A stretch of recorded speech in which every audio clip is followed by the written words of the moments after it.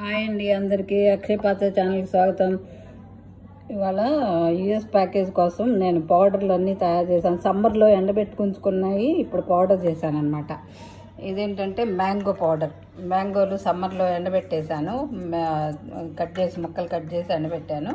Mango powder, చింతచిగురు కూడా ఆరబెట్టాను గాలికి. చింతచిగురు powder, ములక్కాయలు. ఇది ములక్కాయలు కట్ చేసి ఎండబెట్టాను అనమాట, అంటే పిల్లలకి ఇవ్వడానికి.